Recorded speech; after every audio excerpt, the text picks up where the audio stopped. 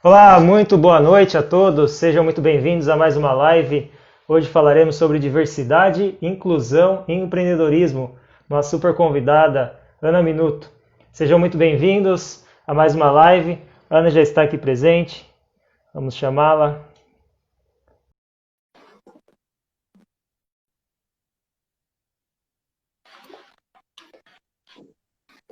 Hum, Olá, Ana, como vai?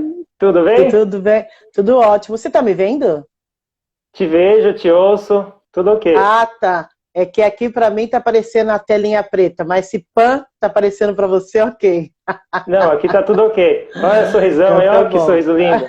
Ah, que nós tenhamos mais Obrigada. sorrisos, né, nessa pandemia, esse enfrentamento. Acho que sorrir nos traz, de certa maneira, algo a mais, né? Algo a mais e melhor, independente da situação. Sim.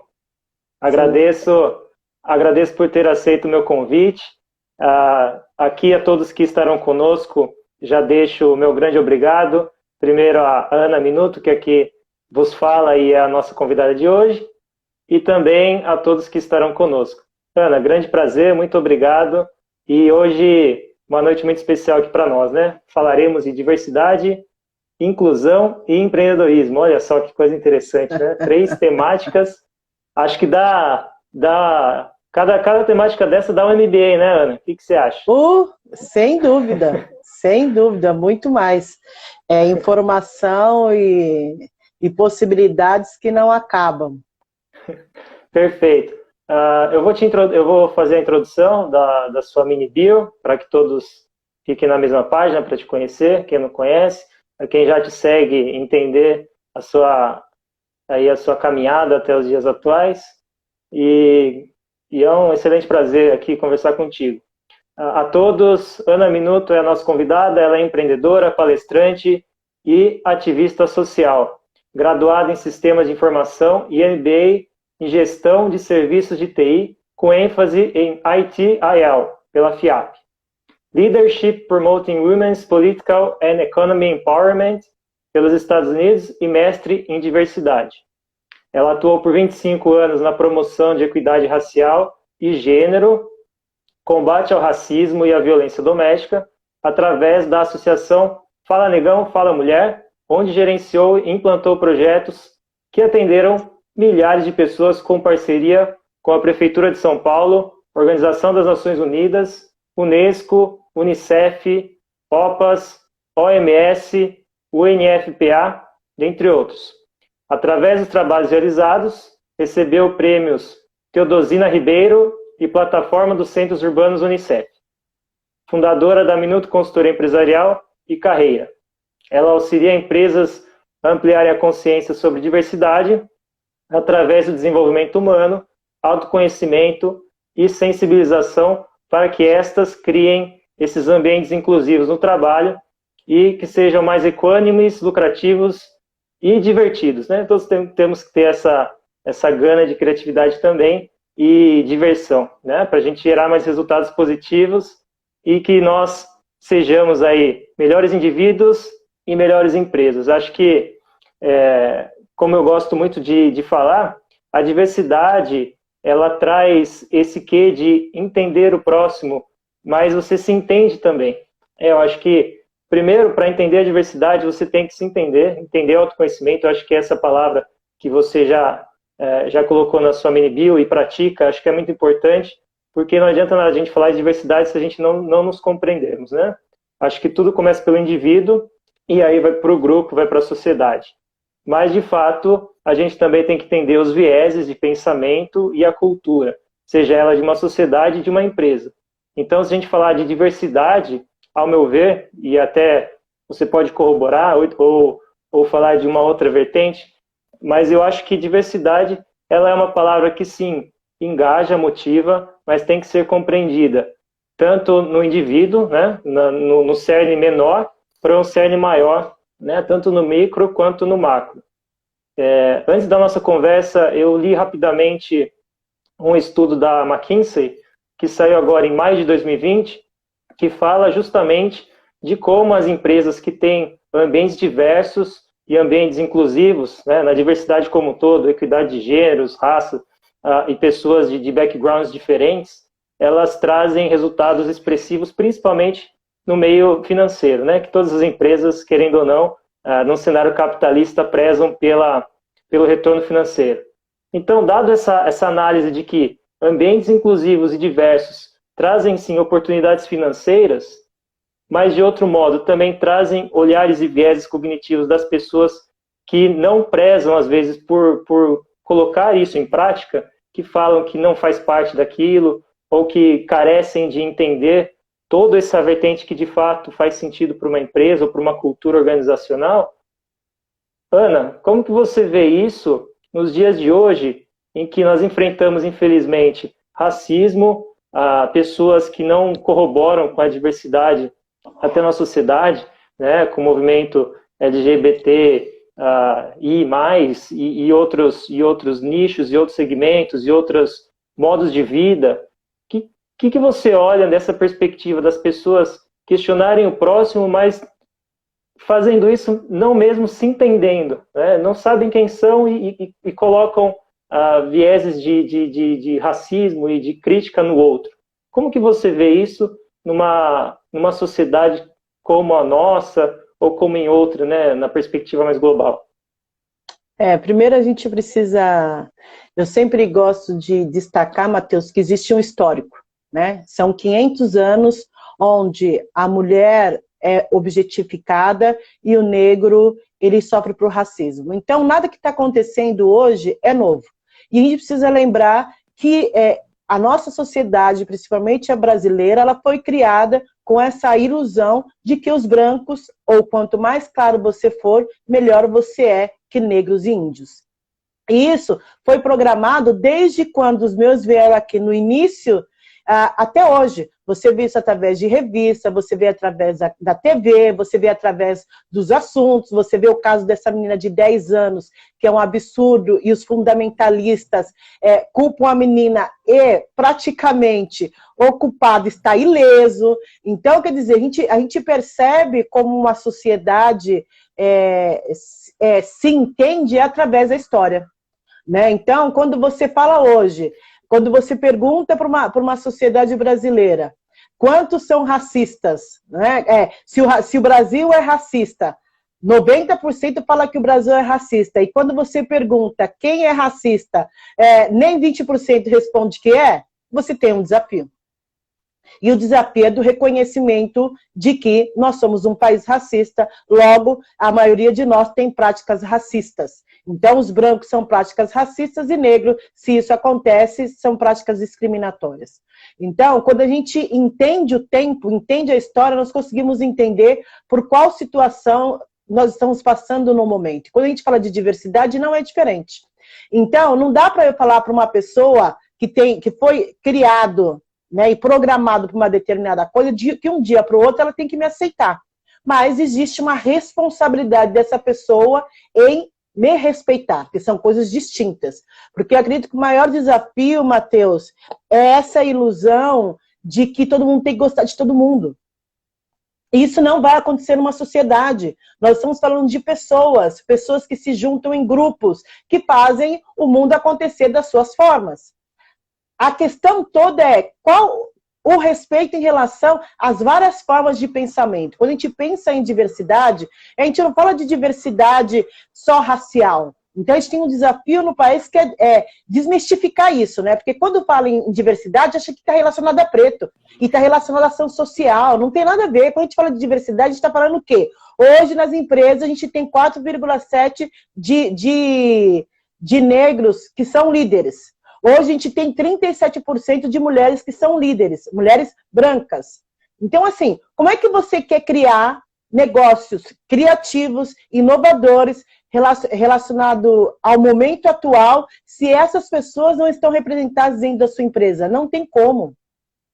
Então, quando a gente fala de diversidade, nós estamos falando de culturas diferentes, visões diferentes, pensamentos diferentes, religiões diferentes, né? A gente está falando de faculdades diferentes, a gente está falando de etnias diferentes. Então, quando a gente pensa em diversidade, a gente pensa aí num vasto campo de inclusão, de pessoas que não são iguais. Por mais que falem, porque os homens brancos são todos iguais. Não são pessoas únicas e singulares. O que define são hábitos e comportamentos. Os comportamentos e os hábitos podem ser parecidos, mas não são pessoas iguais, são singulares, cada um tem sua digital, cada um tem sua subjetividade.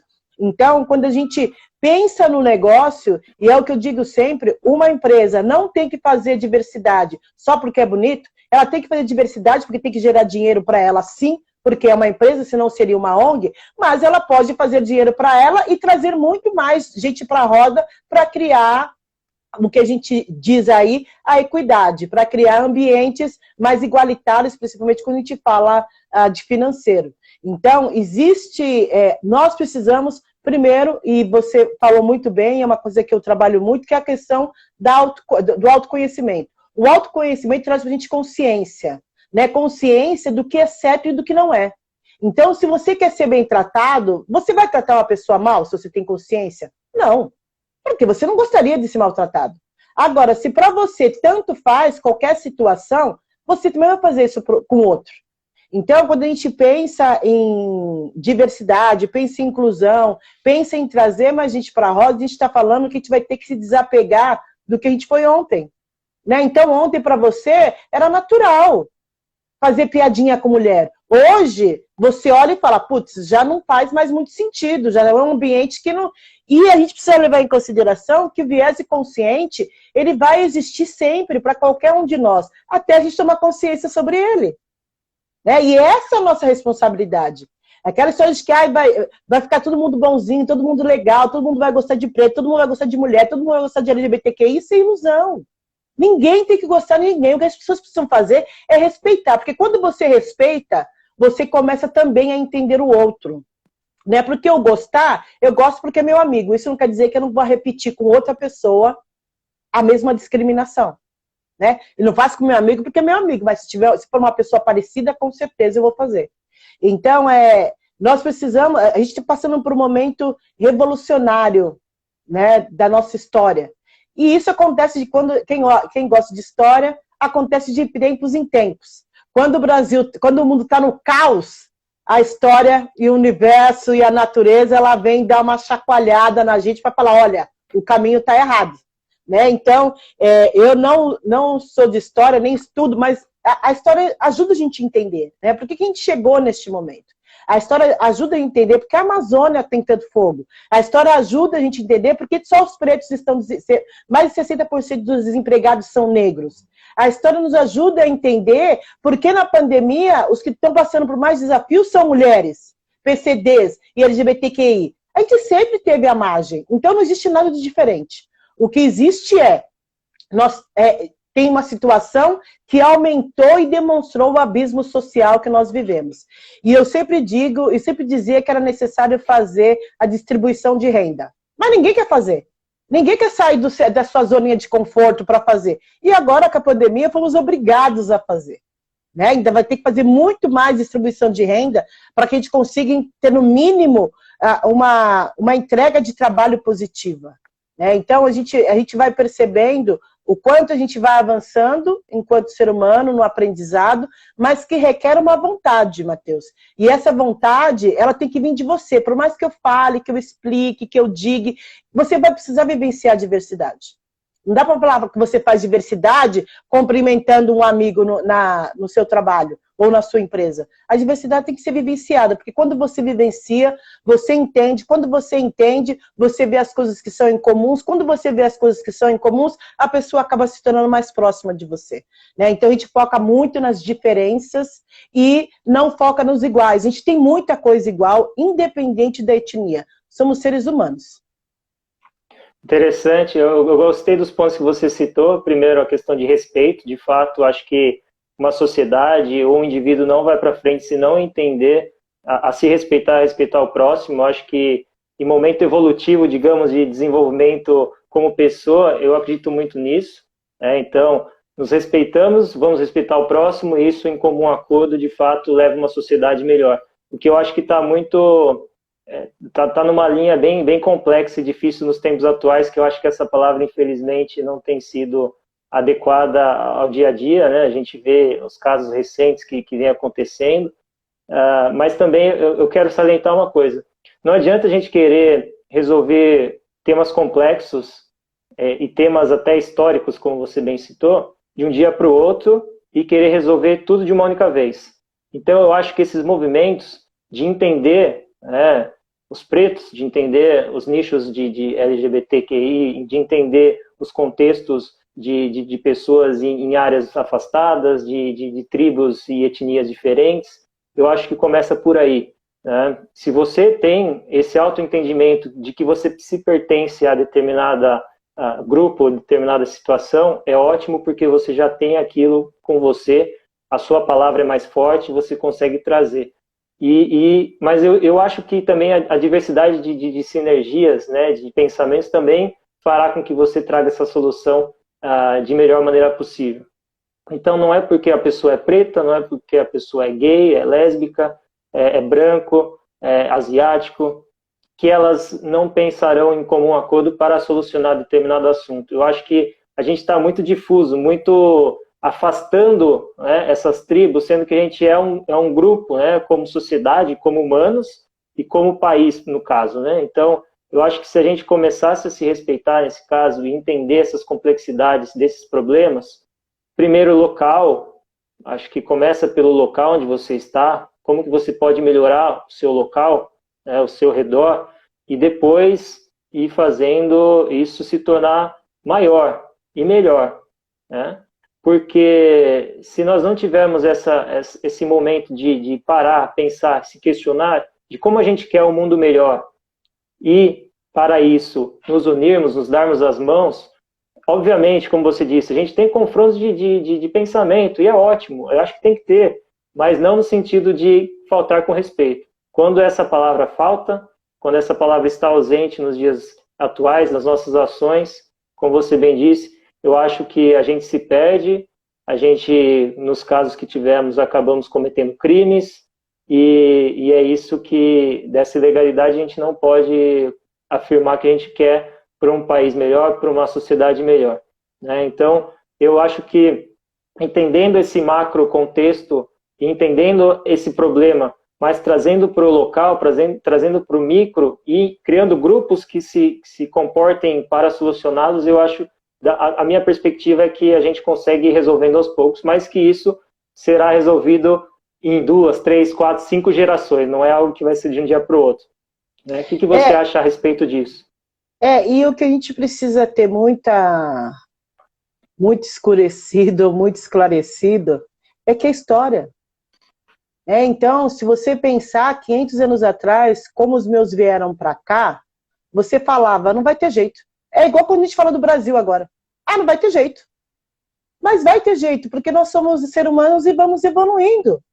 Então, o que a gente precisa entender é que tudo é um processo. Né? Então, a gente passou por 500 anos de discriminação e de uma hora para outra todo mundo acorda e fala, não sou racista. Não tem como. Então, o que acontece? O que faz a gente ir para o próximo nível mental é informação. Então, quanto mais você estuda sobre um determinado tema, melhor você fica nele. Mais consciência você tem, mais entendimento você tem do seu entorno. Então, para mim, tudo começa a partir da sua consciência de que você precisa fazer a diferença. Né? E essa diferença é estudando, é indo atrás de informação, é pesquisando, porque aí você vai mudando o seu repertório, vai aumentando o seu repertório. Depois, o segundo, não acredito que nada acontece sem o coletivo. O mundo avança através do coletivo e ele também é destruído através do coletivo. Então, o ser humano não foi feito para viver sozinho, o ser humano não foi feito para viver distanciado. É um grupo. Então, apesar da pandemia trazer para a gente novas formas de nos relacionarmos, ela muito mais nos uniu do que nos separou, porque a gente começou a enxergar coisas que a gente não via. Então, tinha gente que trabalhava de segunda a segunda, nem filho via. Agora tem que estar em casa, estar com o filho, cuidar de casa, fazer tudo ao mesmo tempo e, apesar dos desafios, estamos nos virando. Então, para mim, a questão do indivíduo, da minha responsabilidade, do entendimento do que eu quero para o mundo, né? E o que eu quero para o mundo conta com a minha família, conta com o meu filho, conta com a minha filha. E essas perguntas que a gente tem que fazer. Será que é esse mundo que eu quero entregar para o meu filho? Ou para minha filha? Será que é um mundo com desigualdade tal que por mais que minha filha estude, ela nunca vai conseguir ser uma diretora? Se você parar para olhar o seu mundo, você vai começar a se questionar e vai começar a fazer as mudanças que você percebe que você pode fazer. Todos nós somos agentes de mudança. A pergunta é o quanto você está disposto a se movimentar para isso. Né? Não existe nenhum ser humano que não seja um agente de mudança. Todos nós somos, porque a partir do momento que a gente se organiza, a partir do momento que a gente se olha, nós também conseguimos mudar o nosso entorno. E quando a gente fala de diversidade, que é um tema muito antigo, mas muito novo, quando você fala de colocar em prática dentro das organizações, tem uma pesquisa da Deloitte que fala sobre as tendências, né? Então, ela fala sobre uma primeira tendência, que é a questão dos talentos. Hoje, com a forma de estudo, com empresas que têm mais de 5 gerações, com a questão de você não precisar mais estar dentro de uma escola, ou estar dentro de uma faculdade para aprender, isso demonstra que a forma de estudo e talentos está mudando. E aí, como é que a sua empresa vai estar ou vai ser atraente para esses novos talentos? Então, eu vou dar um exemplo básico. Eu coloquei um post no meu LinkedIn do Vinícius, que um crânio, o cara criou uma máquina através do celular velho, computador, sabe Deus da onde, o cara foi o melhor e ele não foi aprovado simplesmente porque não tinha uma máquina e não tinha um celular. Então, a gente vê o quanto está distorcido a questão de valores em relação ao ser humano. Então, em tudo que a gente fizer, o ser humano é o centro. E se a gente não conseguir olhar isso, nós não vamos captar bons profissionais para as nossas empresas. Porque o que acontece, as pessoas vão ampliando o seu conhecimento. Então, hoje, se você tem uma empresa, você pode trazer uma pessoa da Índia para trabalhar na sua empresa. Trazer via WhatsApp, trazer via Skype, trazer via Meeting. Você não precisa mais que a pessoa esteja dentro da sua empresa. Ela vai te entregar de qualquer jeito. Uma outra tendência que se fala é dos mercados, né? Então, até 2025, vai aumentar o número de classe média. E isso vai se dar na Índia, na América Latina e na África. Então, os cinco países que mais crescem os 5 países que mais crescem no mundo são africanos.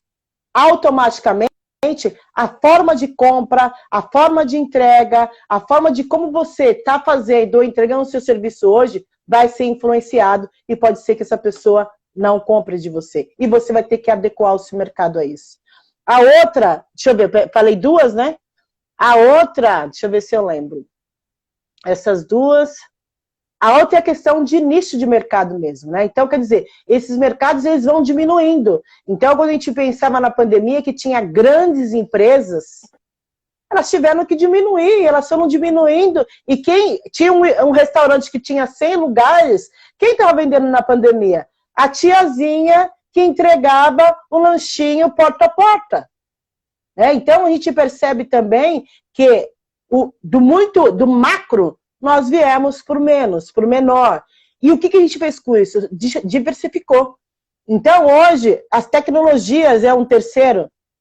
Já foi aprovado que o iFood vai poder entregar com drone. Olha, coisas inimagináveis há tempos atrás. Não sei se você assistiu os Jacksons. Você olhava para aquilo e falava, não é possível, imagina que coisa louca. E hoje está arrumando para aquilo. Né? Então, como é que a gente, através das mudanças de tendência, e eu gosto muito de tendência, quando eu falo em empreendedorismo, como é que o empreendedorismo brasileiro pode se atualizar a ponto de estar de acordo com essas tendências? Amanhã, por exemplo, eu vou fazer uma palestra no Google, eu vou falar sobre autoliderança para os negócios. Só que assim, 75% das empresas que estão com problema financeiro na época da pandemia já estavam antes. Casais que estavam com problemas de relacionamento já estavam antes. Então, nada que aconteceu na pandemia é novo.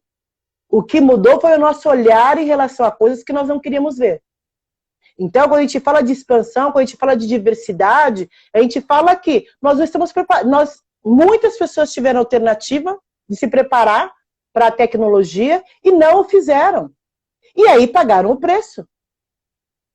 Que é isso?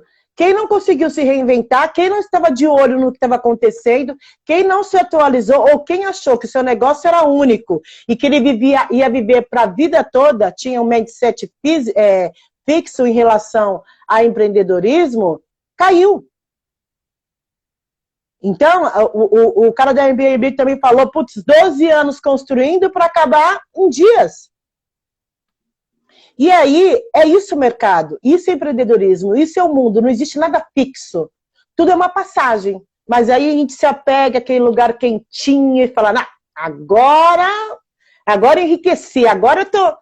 E não é isso, e a vida é uma construção diária. E o que você está construindo enquanto empreendedor, o que você está construindo enquanto diversidade e inclusão, o que você está construindo enquanto esposo, enquanto esposa, o que você está construindo enquanto pai. Então, a sociedade só é um reflexo de todos nós. Então, independente de qual é o resultado dela, algo de nós está ali. E o que será que nós precisamos melhorar para que realmente faça sentido, para que realmente a gente possa ajudar outras pessoas? E o processo é sempre o mesmo. A gente sempre precisa do respeito para poder manter relacionamento, para poder manter negócio, para poder manter amigos. E o quanto a gente se respeita e respeita o outro, a ponto de entender que a gente não precisa ser igual, que a gente não precisa se gostar, mas que a gente tem um objetivo e que em conjunto, apesar das divergências, a gente pode encontrar um caminho para o crescimento. Então eu acredito muito nisso. É muito interessante, você citou o fato de como a pandemia vem acelerando as soluções, né? Então, muitas coisas que às vezes demorariam até, ouso dizer, anos para serem aplicadas no dia a dia das corporações, das empresas ou das pessoas mesmo, né? Em pequenas ações. Agora, as rotinas mudam, o jeito de se relacionar muda, mas a essência continua, né? Eu acho que a gente fala que as empresas mudaram e fizeram as coisas rápido, se tornaram empresas já ágeis, né, com lideranças 1.0, 2.0, 3.0, agora 4.0, mas a essência continua. Se a cultura da empresa, se a pessoa, falando como indivíduo, não se respeita, como novamente a gente volta a pontuar, e se a cultura da empresa não estiver adequada a realmente, desde o início que foi fundada, a entender que diversidade e inclusão de pessoas trazem melhores resultados, trazem ambientes de colaboração e possibilidades de inovar em questão de pensamentos críticos e diferentes uns dos outros.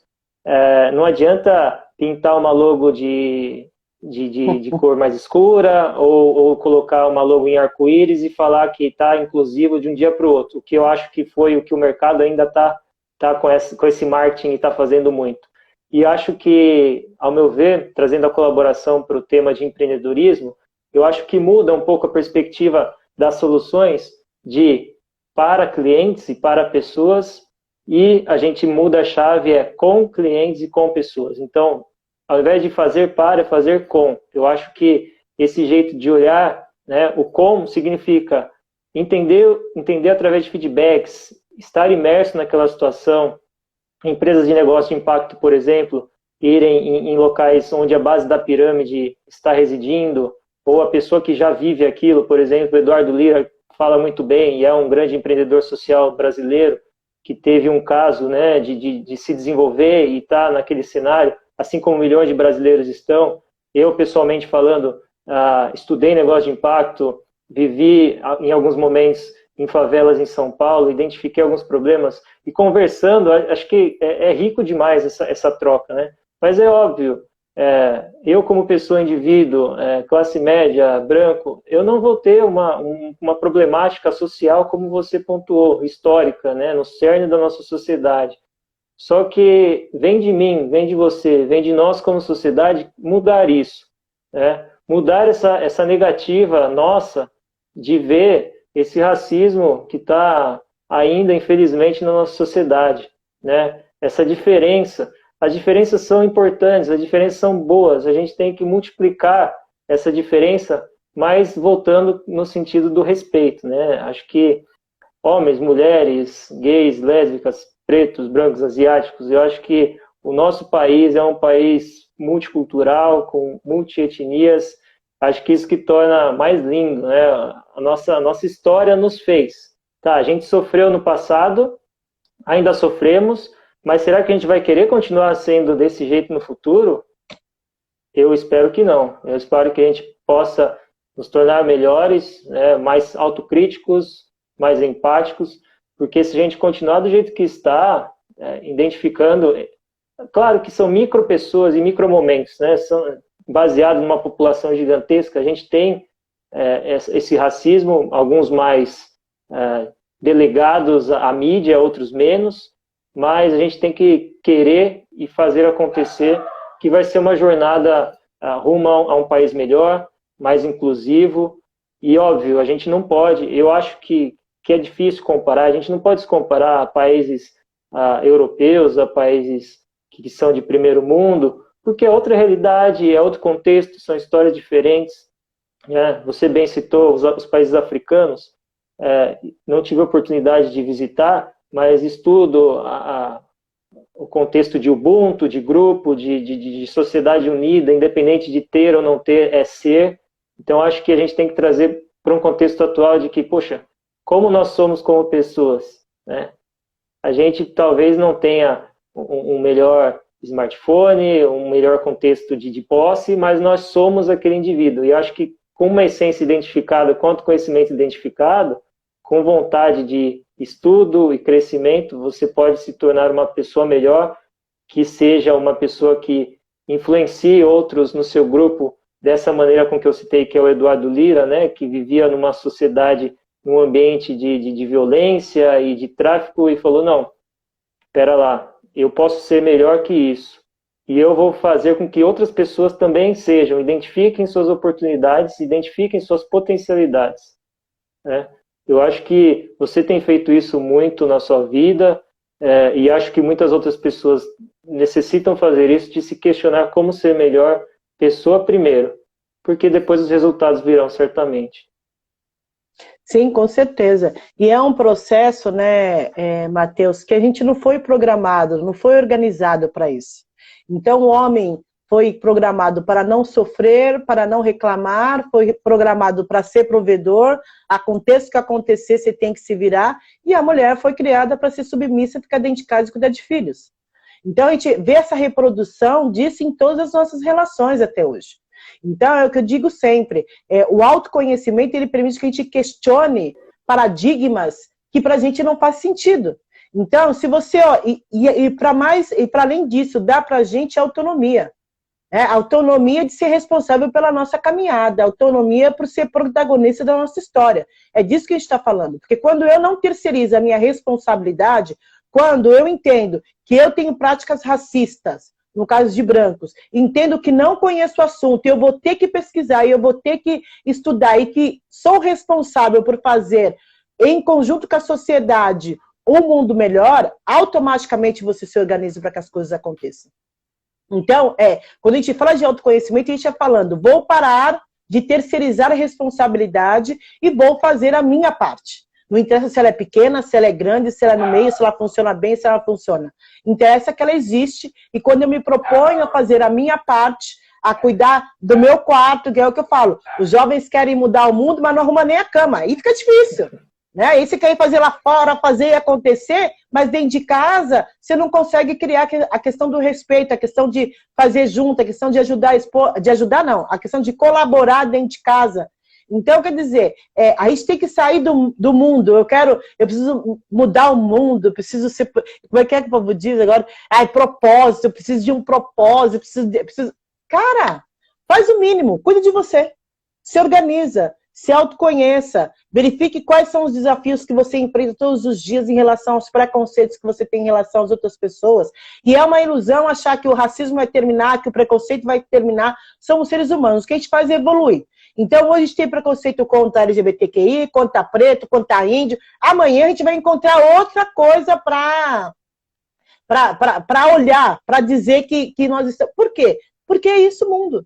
A gente vai evoluindo com o passar do tempo, a gente vai evoluindo com as organizações, a gente vai evoluindo com a vida.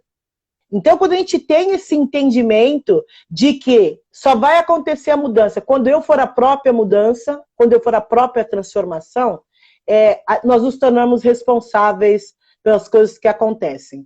E o outro processo, quando a gente fala de empreendedorismo, é que nós precisamos mais de empreendedores sociais. Então, empreendedorismo é lindo eu ter o meu negócio, mas eu preciso ser um empreendedor social no sentido de entender que se eu tenho um negócio e esse negócio é local, eu posso ajudar as pessoas através de algumas ações. Porque quando a gente fala de empreendedorismo social, a gente está falando que a gente vai criar algo que vai servir para mim, sim, mas que vai ajudar outras pessoas. E pode ser qualquer empreendimento. Não precisa ser um empreendimento que atenda a essa pessoa. Empreendedorismo é empreendedorismo. E se você é empreendedor dentro da comunidade, você vai ser empreendedor fora da comunidade. E o empreendedorismo ele tem que ter essa autonomia de tomar decisões e ser responsável quando as coisas não derem certo. Então, hoje, quando a gente fala em pandemia, eu tenho muitas pessoas que tinham seus negócios e que simplesmente aconteceu a pandemia, mas vai melhorar, não fez nada, e agora, depois de 6 meses, está reclamando que está duro, ou que não tem trabalho, ou que as coisas não estão acontecendo. Mas você esperou 6 meses para entender? Sendo que tinha tendência, sendo que tinha reportagem, entendeu? Então, assim, nós como empreendedores, a gente precisa tirar o chapéuzinho de funcionário. Você acha que a gente tirar... Você acha que a sociedade, assim, a cultura brasileira como um todo, se a gente colocar a parte de criatividade, né, analisando empreendedorismo, a gente é muito bem citado, né, em âmbito global, que brasileiro é criativo, é inovador, mas em questão de colocar a mão na massa, realmente fazer, você acha que ainda a gente deixa a desejar e coloca a culpa em muitas outras coisas, no caso, você bem citou a pandemia? Quando a gente fala de ser criativo, né? Esse criativo, ele é coordenado? Esse criativo é o que faz a diferença ou o criativo é porque eu não tenho outra alternativa? E aí eu preciso... Porque assim, para mim, a criatividade está relacionada a um campo profícuo para isso. E a gente fala de relacionamento, a gente fala de saúde, a gente fala de comer, de beber, de dormir. A gente fala que hoje mais de 70% das pessoas que empreendem por necessidade. Mas será que se essas pessoas não tivessem essa necessidade, será que a gente ia ser tão criativo assim? Então, quando a gente fala de criatividade, tudo é lindo falar que a gente é criativo, somos os mais criativos do mundo. Criatividade que traz grana, criatividade que realmente ajuda a comunidade. Que tipo de criatividade que a gente está falando? Se 99% das startups morrem no primeiro ano. 99%. E a gente tem milhares de startups abrindo todos os dias. Então, o nosso país, a gente vive num ilusódromo. Sabe assim? Somos os mais criativos, somos os que mais abrem empresa, somos os que mais têm CNPJ. Agora, quanto efetivamente consegue sair da linha da pobreza? Quantos efetivamente conseguem empregar uma outra pessoa? Quantos efetivamente conseguem criar a ponto de impactar, no mínimo, quem está ao seu redor? É disso que a gente está falando. Então a gente vai muito para cima. Nossa, coisa linda, somos criativos. Você cria. Agora, e a execução para isso? Como é que é essa execução? Quantas ideias você tem que acabam morrendo e que você não executa? Então, eu sou muito questionadora em relação a todos esses jargões que são dados para a gente. Ok, criativos, mas qual o resultado que essa criatividade está me trazendo? Ok, trabalhamos muito, tá, mas qual o resultado? A gente ainda tem a visão e as práticas escravocratas em tudo que a gente faz. Então a gente ainda acredita em uma carteira profissional e que não tem problema nenhum. Porque a gente precisa de empreendedor, precisa de quem trabalha para essas empresas. Mas assim, o quanto eu posso ser autônomo, mesmo tendo a minha carteira, no sentido de trazer novas possibilidades. No sentido de realmente criar uma mente mestra para que as coisas avancem. Então, são muitas histórias Muitos, nossa, tudo é lindo, tudo é maravilhoso, quando mais de 70% da população, mais de 50% da população recebe R$ 250 por mês. E dizer que um ser humano consegue sobreviver com R$ 250 por mês é, no mínimo, um sacrilégio. Então, quando a gente fala de pessoas que ganham mais de R$ 5.000, a gente está falando de 15% de uma população de 210 milhões de pessoas. A gente precisa olhar a economia. A economia é uma pirâmide grandiosa e que pensar que 2% é que 2, 3% da população que são milionários. Ah, e são milionários porque só eles trabalham? Não, são milionários porque muitos vieram de 500 anos atrás, explorando quem estava aqui. Então é fácil você dizer que é milionário, recebendo herança. E herança sabe de Deus aonde veio. E aí não é questionar se está certo ou se está errado. É para a gente pensar o que efetivamente a gente está fazendo com tudo que a gente tem. Que tipo de criatividade eu estou tendo? Que tipo de ação eu estou tendo para ter uma vida melhor e gerar vida melhor para outra pessoa? Porque eu, enquanto mulher preta, se eu consigo contratar outra mulher preta, eu estou ajudando com certeza não só a mim, eu estou ajudando uma comunidade. Se eu sair da pobreza, eu ajudo outras pessoas saindo da pobreza. E isso é uma coisa que é muito relacionada à mulher, porque ela pensa sempre no todo. Então, como seria se a gente parasse um pouco de ilusionismo, olhássemos para a realidade, olhássemos para a situação como ela é e resolvêssemos o que é real? A gente passa muito tempo resolvendo coisas que nem existem. Mas coisas que são reais a gente não consegue. Porque dá trabalho. E a gente precisa sair da questão de acreditar que trabalhar 8 horas por dia, ou 10, ou 15, ou 20, te faz uma melhor pessoa, um melhor profissional. Tudo é relacionado a quanto você usa, é como você usa o seu tempo. Né? E o que você faz com ele. E cada vez torna algo mais valioso, né? Cada vez as pessoas estão dando mais ênfase nisso, né? De que acordando realmente, porque a vida é uma só e que o tempo é um bem que todos têm, né? Todos realmente, assim como não é a questão do dinheiro, a pessoa, se a gente vai comparar, a pessoa tem mais, tem menos, legal. Agora, tempo todos temos igual, né? Levando da premissa que todos somos humanos, nós temos o mesmo tempo. Então é algo que a gente realmente tem que gerir de uma maneira com que nos faça bem e não demonstre, poxa, eu tenho que trabalhar mais, só que você está sendo mais produtivo, você está se divertindo com o processo, porque o trabalho já é algo que o próprio nome remete a coisas muito ruins, né? E vem da história realmente que você comentou, a história do nosso passado, que é muito triste, e até os dias de hoje a gente usa essa terminologia trabalho como algo de fato que é um peso na nossa consciência diária. Mas se faz melhor, né? Acho que empreendedorismo que é muito ligado à paixão, que a gente falou aí, a questão do propósito, mas acho que também tem, obviamente, essa questão de retorno para a sociedade, como que você traz esse legado, como que você está se colocando a fim de fazer algo melhor, seja para você, né? Para mudar a sua realidade, para atingir seus objetivos, mas para uma sociedade melhor. E eu acho que para atingir isso, como foi comentado aqui, por uma pessoa que está nos vendo, é a educação. Eu sempre pontuo que educação é a chave para a mudança.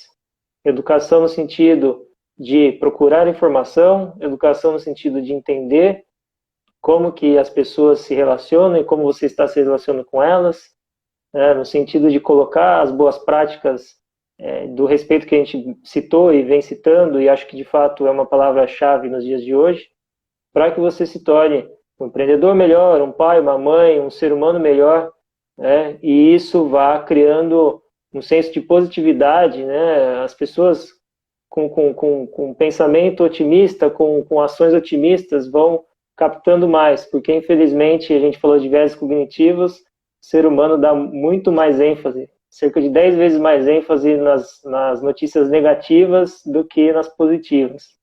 Então imagine nós tendo que ter 10 vezes mais trabalho no momento de cansaço, no momento de dificuldades, ser otimistas, né? Claro, nós somos seres humanos, nós somos emocionais, é difícil, a gente passa por coisas na vida que são um baque, uma barreira, mas a gente tem que ser, eu acredito muito nesse mindset de crescimento que você citou, né, de estar expandindo a mente, expandindo as ações, expandindo as oportunidades, e acho que o pensamento positivo, né, as ações positivas podem confirmar isso. O que você acha sobre o poder do pensamento, Ana? A gente já passa essa pergunta para você e chegando quase ao fim do nosso bate-papo, então eu gostaria que você colaborasse em relação a isso. Como que você vê o poder do positivismo para as nossas ações como empreendedores ou como pessoas? E logo após a sua colaboração, já puxando um gancho para tudo isso que a gente discutiu, para uma mensagem final. Primeiro, eu acredito plenamente, porque eu estudo isso, né, que você é o que você pensa, né? Como você também é o que você come, como você também é seus comportamentos. Então, se verificarem no meu feed, eu falo que tá desafiador meu dia, falo que não foi fácil, mas eu sempre estou com um sorriso no rosto, porque é disso e é nisso que eu acredito. Quando a gente está falando de ser otimista, a gente não está falando de achar que está tudo lindo. A gente só faz escolhas. Então, por exemplo, hoje, numa conversa com uma amiga, eu não assisto TV, né, assisto muito pouco, em momentos assim, cruciais, e aí foi falado dessa questão dessa menina. Aí a minha amiga que mora comigo falou, não, mas você tem que saber, você tem que acompanhar. Eu não tenho nada. Eu não acompanho nada que me adoece. Eu já tenho desafios demais para ficar focando em coisas que vão me adoecer. O que eu posso fazer por essa menina hoje? Orar e, se tiver alguma petição, participar. Fora isso, eu como ser humano, eu não consigo fazer nada diferente. Para além disso, eu consigo ajudar e orientar as crianças, que é o que eu faço do meu jeito. Entende? Então, a saúde mental hoje é uma das coisas mais poderosas e é uma das coisas que vão nos levar realmente para o próximo século. Porque se a gente não conseguir minimamente pensar e organizar os nossos sentimentos para tomadas de decisões, com certeza muitas empresas fecharam muito antes do que realmente elas precisavam fechar. Mas quem era responsável por ela não tinha essa inteligência emocional, não tinha esse entendimento de que preciso respirar para tomar melhores decisões. E quando você tem pensamento positivo, e isso não quer dizer que você não possa, que você não deva enxergar, porque eu sou extremamente otimista, mas eu tenho uma visão sobre as coisas, e isso não quer dizer que ela seja boa ou ruim, só quer dizer que eu prefiro acreditar no que é. Do que dizendo para mim, não, é rosinha, não, mas não, é rosinha, não, a cor é essa e eu vou lidar com essa realidade. Porque a partir do momento que você lida com a sua realidade, é aquela que você vê a olho nu, não aquela que você cria para se sentir mais confortável, você consegue tomar melhores decisões. Então, quando a gente fala de pensamento, a gente está dizendo que quando eu escolho melhores pensamentos para ter, automaticamente eu consigo pensar em outras possibilidades que se eu tivesse só com pensamentos ruins, eu não conseguiria. Porque quando você tem só pensamentos ruins, a sua vida se fecha numa concha. E você acredita que só tem aquela alternativa. Quando você se propõe a ter um mindset de crescimento e a reorganizar a sua mente e os seus sentimentos, automaticamente você vai vendo outras possibilidades, porque elas vão surgindo, porque você está aberto a aprender coisas novas, né? Então, quando a gente fala de pensamentos positivos, para mim se resume a quanto você está disposto a aprender coisas.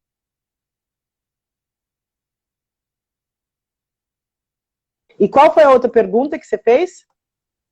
Para a gente ir finalizando, chegando a nossa conversa para o encerramento geral do contexto, para você puxar uma mensagem e explanar, né, seja nesses tópicos principais, diversidade, inclusão e empreendedorismo, de tudo que a gente já discutiu, uma mensagem para as pessoas se tornarem indivíduos melhores, líderes melhores e empresas no caso aqui de gestores melhores, para, de fato, implementarem ações que possam otimizar os seus ambientes, otimizar as suas vidas, seja para qual objetivo eles estão aí galgando.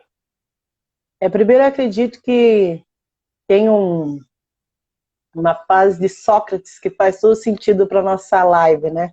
Conheça a ti mesmo e conhecerá o universo. E é isso. Você só pode fazer a tão esperada mudança ou transformação no mundo quando você se conhecer. E isso é uma responsabilidade sua.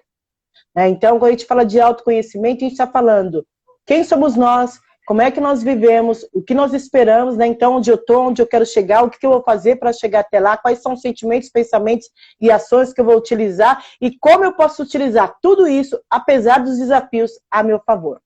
Né? E que também consiga entender e se organizar com o outro. Então, esse é o primeiro ponto. E isso também serve para a empresa. Porque muitos de nós temos empresas e a gente não conhece direito nem o nosso negócio. Mas a gente quer vender. A gente não tem um processo de venda com início, meio e fim, que possa gerar realmente resultado.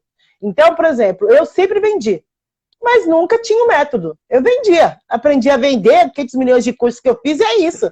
E empreendedor é isso. Mas agora eu entendi que eu preciso melhorar a minha eficiência nas vendas.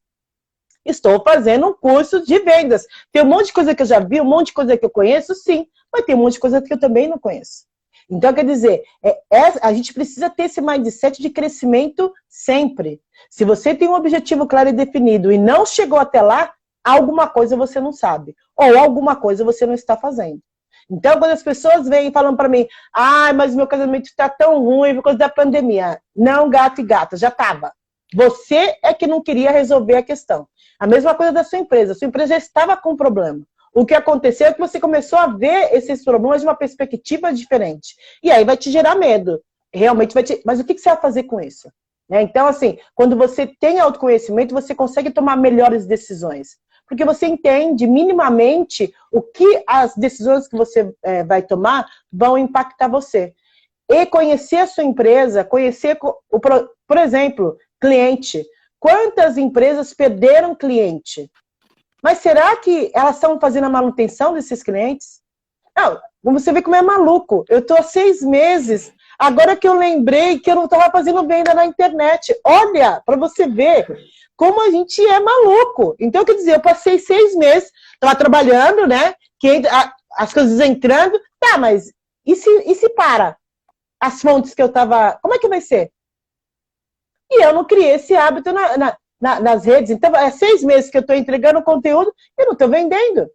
E aí eu vou culpar quem? A pandemia?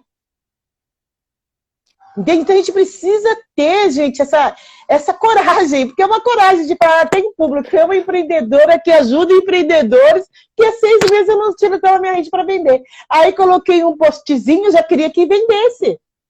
É disso que a gente está falando. A gente está falando de hábitos. A gente está falando que às vezes a gente fica tão imbuído em algumas coisas que não faz o que tem que ser feito. Uma venda ela tem que ser feita todos os dias. E se o seu cliente vai embora, você precisa saber por que esse cliente foi embora. Minimamente. Mesmo que ele mudou, ele não quer mais, ele conseguiu um mais próximo de você, não tem problema. Mas você precisa saber por que esse cliente foi embora. Você precisa saber por que esse cliente está vindo. Então, eu trouxe esse exemplo, porque eu adoro exemplos e adoro os meus. Porque me faz pensar e repensar muitas coisas, que é isso, né? Quando você está disposta a olhar para sua carinha feia de manhã. Porque assim, nem sempre eu acordo linda. E eu vou ter que olhar para a carinha feia.